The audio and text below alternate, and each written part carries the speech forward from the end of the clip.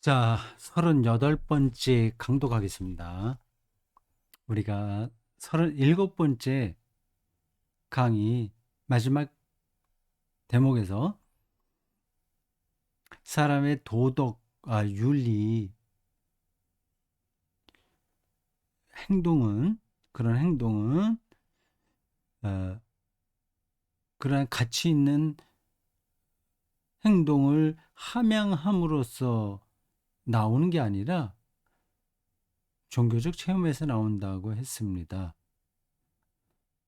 우리 싸우지 말자. 그런 약속을 해서 싸우지 않게 되는 게 아니라 뭐 그런 계약은 물론 계속 인류 역사에서 이어져 온 거죠. 근데 그 근본으로 따라가 보면 사람이 똑똑하고 그리고 합리적이기 때문에 우리 싸우면 안 되지.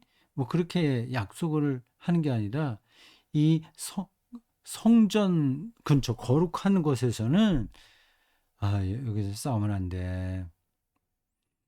그런 생각이 기초가 돼서 어, 사회 계약이 성립됐다는 겁니다. 근데 그런 경험은 저 사람이 계속 붙들고 있는 바인데 인간에게서 어떤 가치 있는 것이 어, 나올 수 있어서 그렇게 하는 건 아니라는 거예요. 인간에게는 그런 능력이 없어요. 선할 능력이 없다는 겁니다. 선하게 행동할 이유가 인간에겐 없는 거예요. 그런 흔한 이야기 있죠. 만약에 어, 무신론이 성립된다면 신이 없다면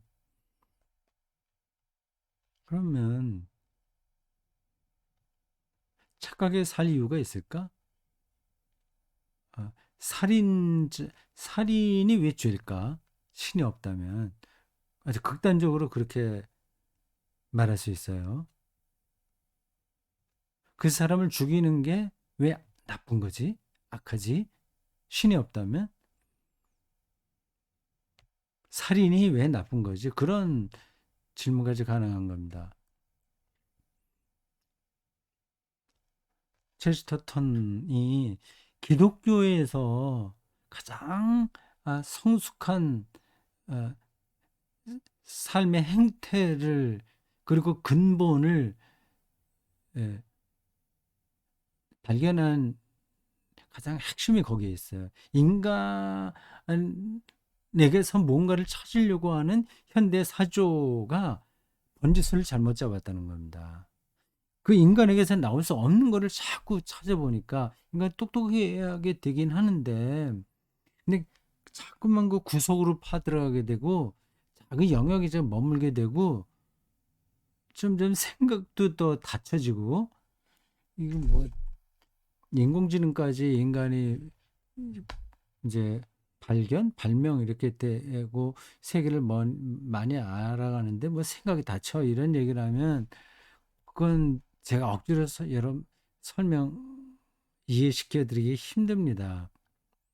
그러한 정보를 많이 아는 거, 그게 생각이 열리는 건 아닌 거예요. 한쪽으로 고정되는 거죠. 닫히는 거죠. 저는 그 체스턴의 글을 통해서 많은 걸 알게 됐어요. 알게 됐다기보다, 음, 그 말이 그 말이겠네요. 알게 된 거죠. 예. 저런 관점이 맞다. 그 내가 알고 있었던 기독교 신앙의 그, 그 부분들을, 특이점들을 체스터턴이 자기 언어로, 그건 아주 일반적인 언어죠. 인문학이라고 할 수 있겠습니다. 저렇게 설명하니까, 아, 이제, 동지를 만난 느낌이죠. 뭐, 저런 분들이야 훨씬 뛰어난 분이니까 동지라기보다 그런 멘토죠. 물론 방향은 다릅니다. 저번에 신학자는 아니에요. 신학적인 접근을 하는 건 아니에요. 그러나 기독교의 근본에 대한 그 시각은 같습니다. 바라보는 대상은 같아요. 그 표현을 다르게 하는 거죠. 거기 핵심에 인간에게 가능성이 없다는 게 들어있는 겁니다. 기독교가 그렇게 인간을 죄와 결부시켜서 말하는 이유가 있는 거예요. 근데 그 기독교에서 죄를 얘기할 때는 그 뭐야 죄책감 뭐 그런 거 쪽으로 가기 때문에 현대인들이 기분 나쁘게 생각하는데 저 체스터턴은 그런 식으로 접근하지는 않거든요. 근데 방향은 같은 겁니다. 이렇게 인간 안에서 나오는 게 아니다. 정말 그 가치 있는 것은 초월자와의 관계에서 주어진다는 겁니다. 그거를 의식하고 사는 사람만이 용감할 수 있고, 그리고 생명을 소중하게 여기고, 또 이타적으로 살고, 뭐 그런 거죠. 거기서만 도덕과 윤리가 성립된다고 하는 겁니다. 자, 38강에서 그 문제를 이제 조금 더 자세하게 얘기해 보려고 하는 거예요. 몇 쪽을 더 훨씬 뛰어넘어가서 37강으로부터 이제 163쪽으로 뛰어옵니다. 38번째 강독이에요. 163쪽. 이에 대해 다시 한번 초월자의 관계에서 인간의 윤리도덕이 가능하다 하는 세상을 실제로 바꿀 수 있는 힘이 인간 내부에 있는 게 아니라 저 위에서 주어진다 하는 말이에요. 그걸 이제 조금 더 일상에서 설명해 보겠다고 하는 겁니다.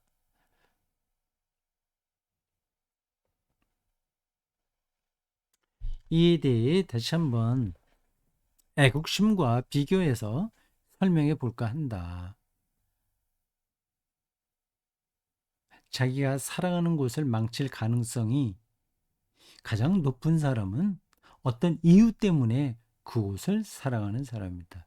이유 때문에.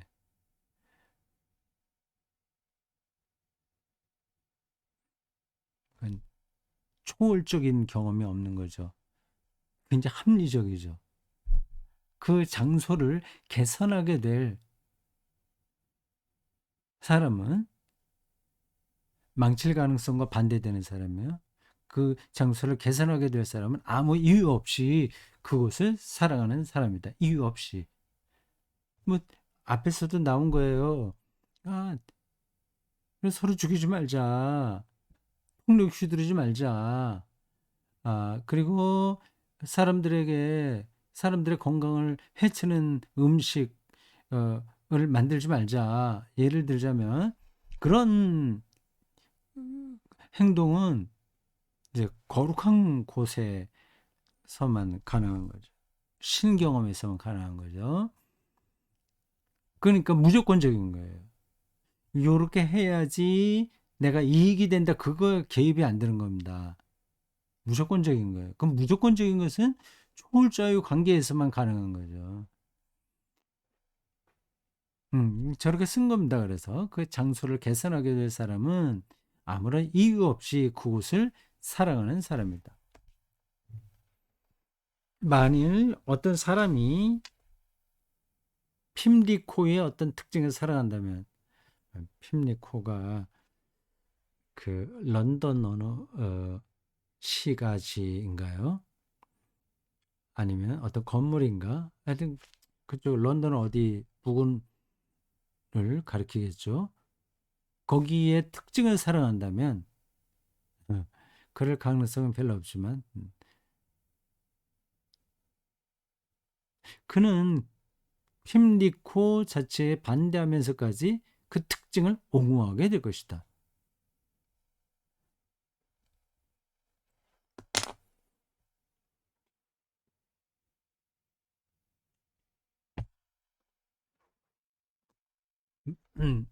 표현이 재밌어요. 핌리코의 어떤 특징을 살아낸다면, 어떤 건물이라고 상상해 봅시다. 저건 굉장히 높아. 그 전 세계에서 가장 높은 건물이야. 그 특징을 사랑한다면 핍리코 자체를 반대하면서까지 그 특징을 옹호하게 될 것이다. 그 특징에만 머물러 있는 거죠. 결국 그러다가 핍리코를 부정하게 되는 겁니다. 그러나 그가 그냥 핍리코 자체를 사랑할 경우에는 그곳을 황폐하게 만든 후 새로운 예루살렘으로 변모시킬 수도 있다. 어느 마을인 것 같습니다. 핍리코가.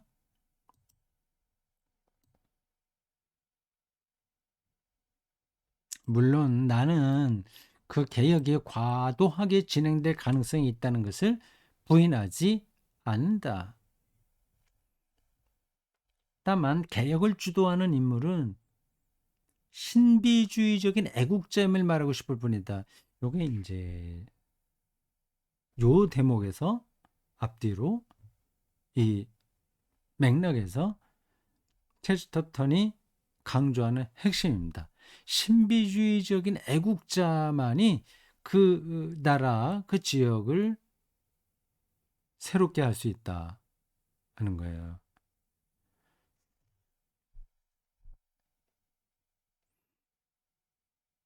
그러니까 무조건적인 거죠.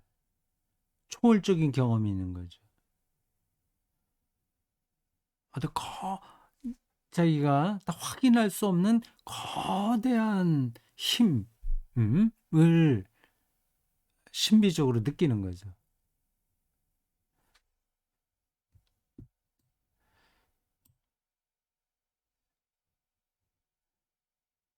사실 쇼비니즘적인 자기 만족에 빠지는 경우에는 이게 뭐 극단적인 민족주의, 이게 쇼비니즘이라고 하나요? 쇼비니즘 그런 것 같은데 네, 제가 음, 잠깐 인터넷 사전에 들어가서 그 단어를 한번 어, 찾아보겠어요. 기다려주세요. 아, 쇼비니즘.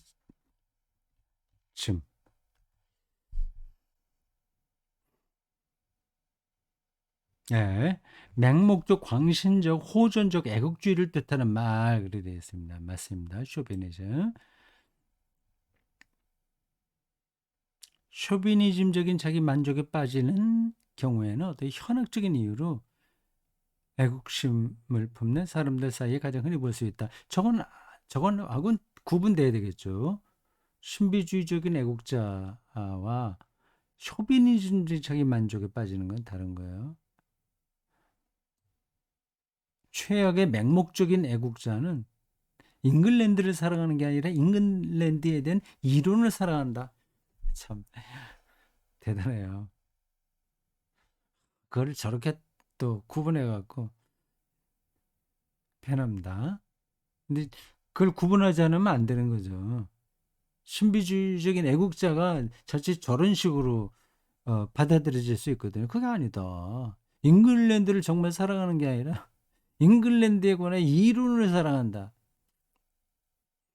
저걸 다 기독교 어, 신앙과 연관시켜서 생각하시면 됩니다. 예, 비유적으로 하는 거예요. 그러니까 기독교 하나님을 사랑한다고 하는데 정말 하나님을 사랑하는 게 아니라 뭐예요? 하나님에 관한 이론을 사랑하는 겁니다.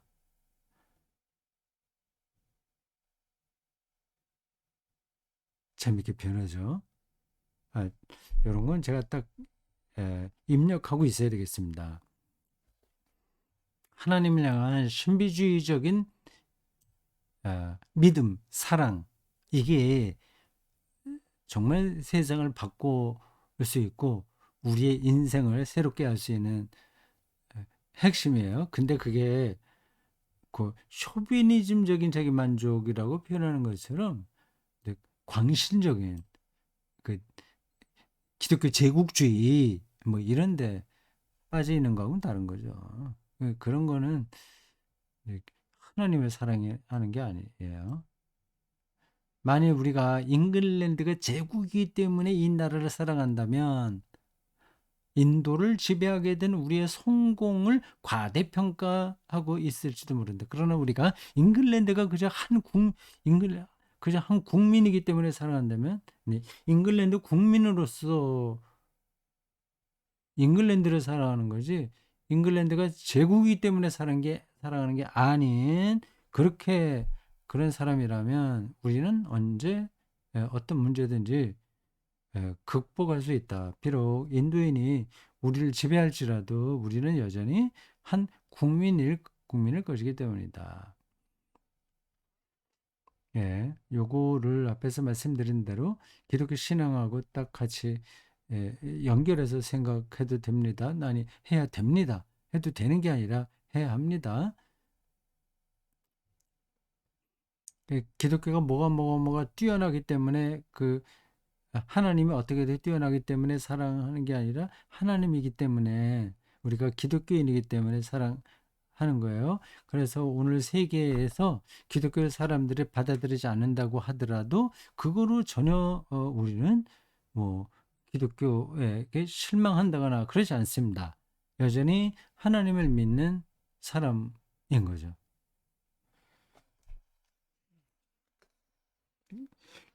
이제 애국심과 비교해서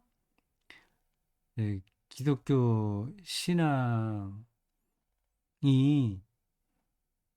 일반적인 어, 낙관주의와 비관주의를 보이고 있는 현대 사조와 무엇이 다른가 하는 점을 설명한 겁니다. 이게 이래서 좋다 조건에 따라서가 아니라 초월적인 그분의 능력을 경험하고 인식하고 그래서 그분 자체를 사랑하는 거죠. 그렇게 말할 수 있어요. 됐습니다. 요 단락은 이렇게 됐고, 그럼 이제 그 다음 단락이에요. 세상을 개혁하려면 이런 소제목이 붙었습니다. 166조로 넘어가는데 이건 쭉 이거를 제가 좀 건너뛰려고 합니다. 다음 여러분들에게 보여드릴 이미지는 이것입니다. 기다려 보세요. 169쪽으로 갑니다.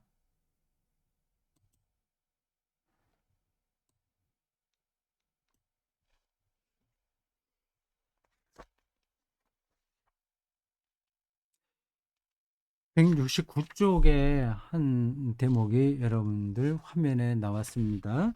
그 대목은 세상을 개혁하려면 여기 요 소제목이 붙은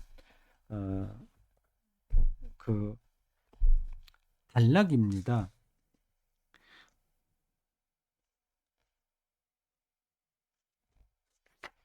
자,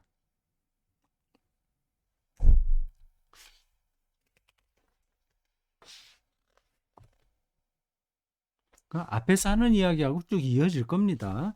이제 내가 지금 잠깐 머뭇거리는 이유는 세상을 개혁하려면이라는 제목을 왜 붙였지? 그런 생각이 들었어요.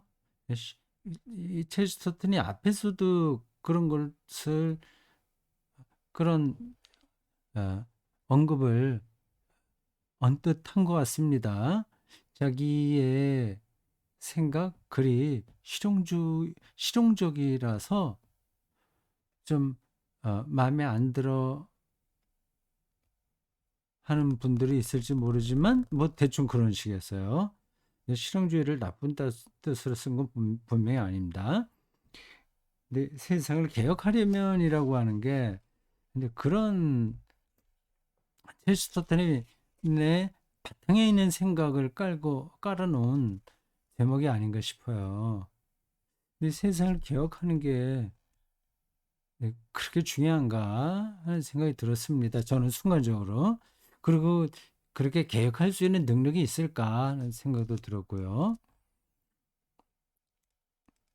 근데 그 실용적인 관점이라고 한다면 실용적이라고 해서 이거 당장 써먹어야 돼 뭐 그런 차원이 아니라 아주 실질적인 우리 삶의 내용으로 와 닿아야 된다는 거 아니겠습니까? 그러니까 관념적이라는 거하고 조금 대치되는 관점이에요. 근데 그걸 실용적이지 않으면 안 되잖아요. 그 관념적이라고 하는 거하고 실용적이라고 하는 게 완전히 다른 세계는 아닌 겁니다. 하여튼 뭐 그래서 저는 이제 그 목회에도 그런 쪽으로 해서 그 독일 신학이 좀 관념적이기도 해서 그 개혁이 이걸 굳이 또 이야기할 필요가 있을까? 그거는 하나님이 개혁하지 인간이 개혁을 하나? 그 우리는 하나님이 하시는 일에 순종할 뿐이지 이런 식으로 이야기를 하는 거예요. 그러니까 관념적이죠. 그럼 뭐 사람은 가만히 있고 그럼 하나님이 하시는 걸 우리가 어떻게 알 수 있지? 그리고 뭐가 개혁이지? 뭐 세상을 어떻게 바꾸지? 왜 세상에 소금이 되려면 어떻게 살아야 되지? 뭐 그런 질문들이 다 연관이 돼요. 근데 저분은 영국 사람답게 이 말에는 그 자연과학이 매우 강하다는 겁니다. 그 그 영국 사람답게 그 실용성 이거를 아주 중요하게 생각하는 것 같습니다. 근데 그걸 잠깐 생각했습니다. 음, 그래서 이런 단락으로 얘기를 더 하려고 하는 것 같아요. 160, 169조 보십시오.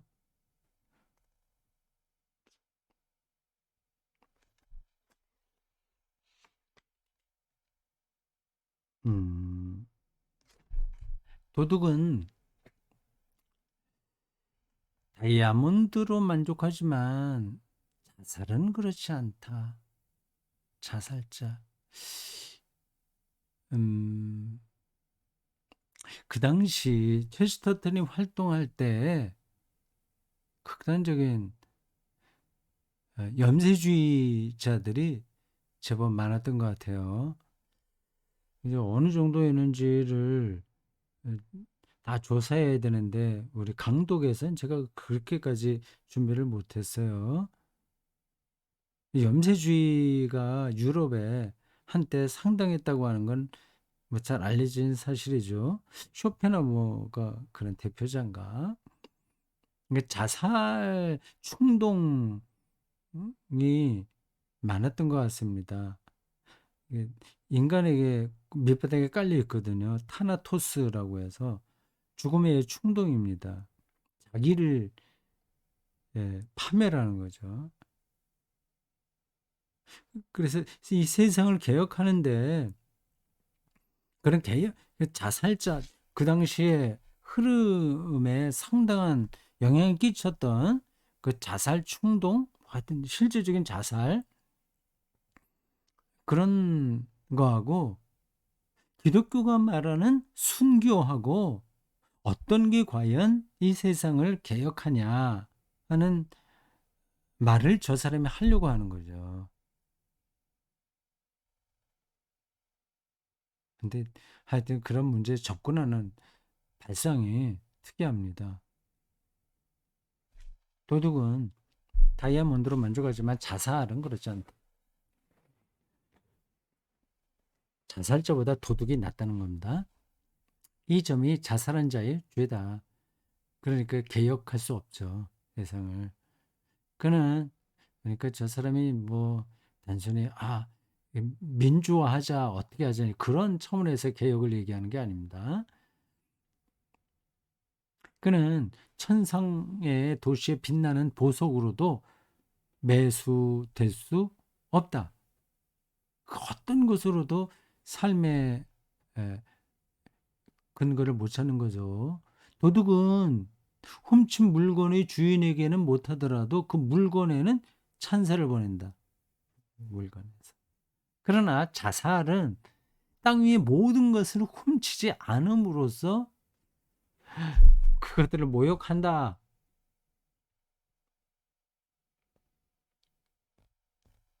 그는 모든 꽃을 위해 살기를 거부함으로써 그 꽃들을 더럽힌다.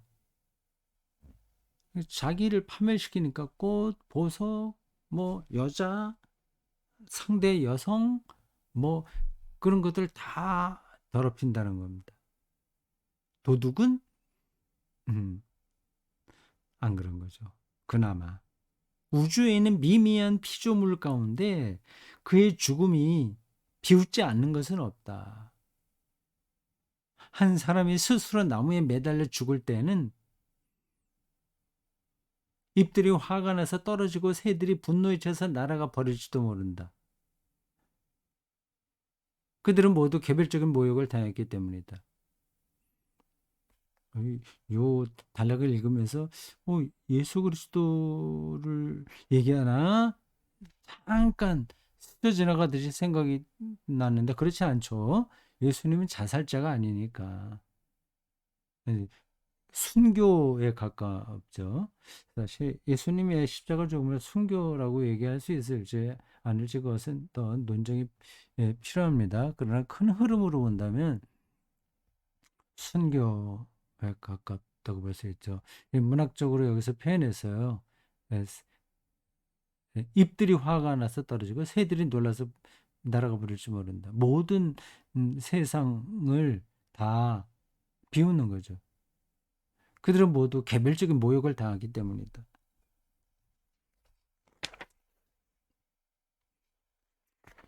그런 말을 했습니다. 여기 그 뒤로 아주 좀 자극적인 그 표현이 나와요. 한번 읽어보겠습니다. 여러분들 화면에는 나오지 않아요.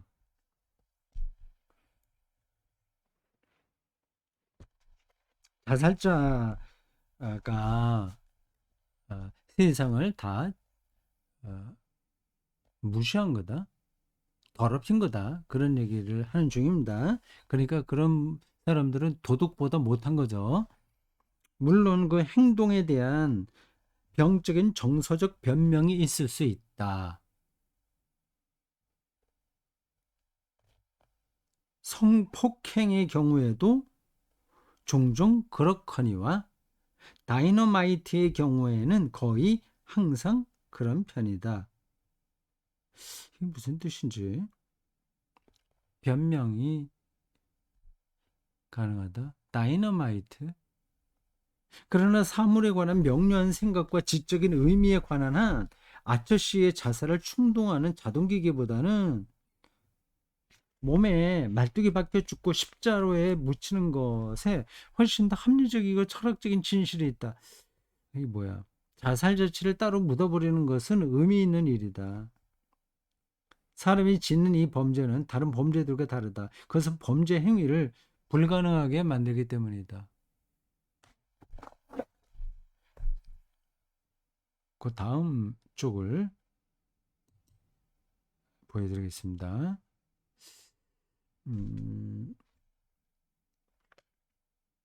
170쪽 넘어갔어요.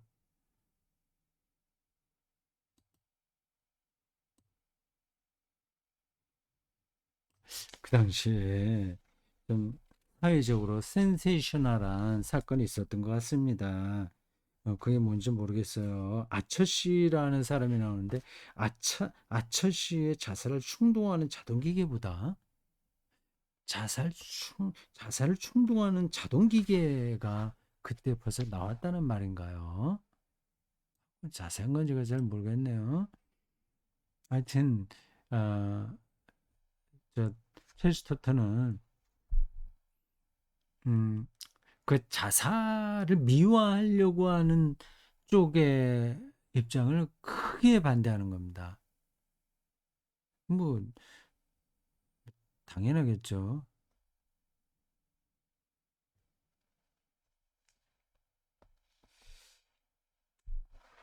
이와 비슷한 시기에 나는 어떤 자유주의 사상가의 경박한 글을 읽었다. 그는 자살자는 순교자와 똑같다고 말했다.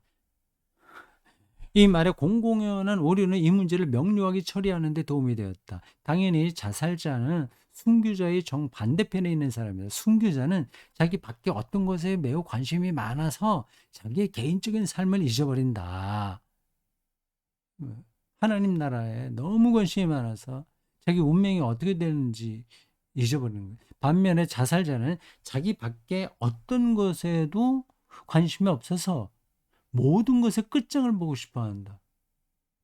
멋진 표현이에요. 전자는 무언가 시작되기를 원하고, 순교자는, 후자는, 자살자는 모든 것이 끝나기를 원한다. 달리 말하면 순교자가 숭고한 것은 바로 그가 비록 세계를 포기하거나 모든 인류를 혐오할지라도 생명과의 궁극적인 연주를 고백하기 때문이다. 그는 자기의 마음을 바깥에 둔다. 이게 핵심인 겁니다. 초월자 하나님에게 두는 거죠. 똑똑하고 뭐 합리적이고 하는 사람들은 늘 자기 안에 갇혀 있는 거고요. 바깥에 둔다. 순교자는. 그는 무언가를 살게 하려고 죽음을 택한다. 자살이 비열한 것은 자살자에게 존재와의 이런 연줄이 없기 때문이다. 그는 단순히 파괴자일 뿐 영적으로 우주를 파괴한다. 자기가 자살함으로써 세계를 와의 관계를 끊어버리는 거죠. 모든 것을 끊어버리는 거죠. 음, 이게 표현이 음, 그 체스터턴다운 그러한 글쓰기입니다. 참 재밌어요. 재밌다는 표현을 제가 자꾸 하는데 아직 적당한 단어가 떠오르지 않아서 그렇습니다. 예, 요거 꼭그 딱 머릿속에 입력해두면 좋겠습니다. 순교자는 자기 밖에 어떤 것에 관심이 많아서 자신의 개인적인 삶을 잊어버리는데 자살자는 자기 밖에 어떤 것에도 관심이 없어서 모든 것의 끝장을 보고 싶어 한다. 누가 세계를 개혁하겠냐라는 이 제목에서 이런 말을 하는 걸 보면 어떤 대답일지 우리가 알 수 있죠. 수고했습니다. 여기까지 하겠습니다.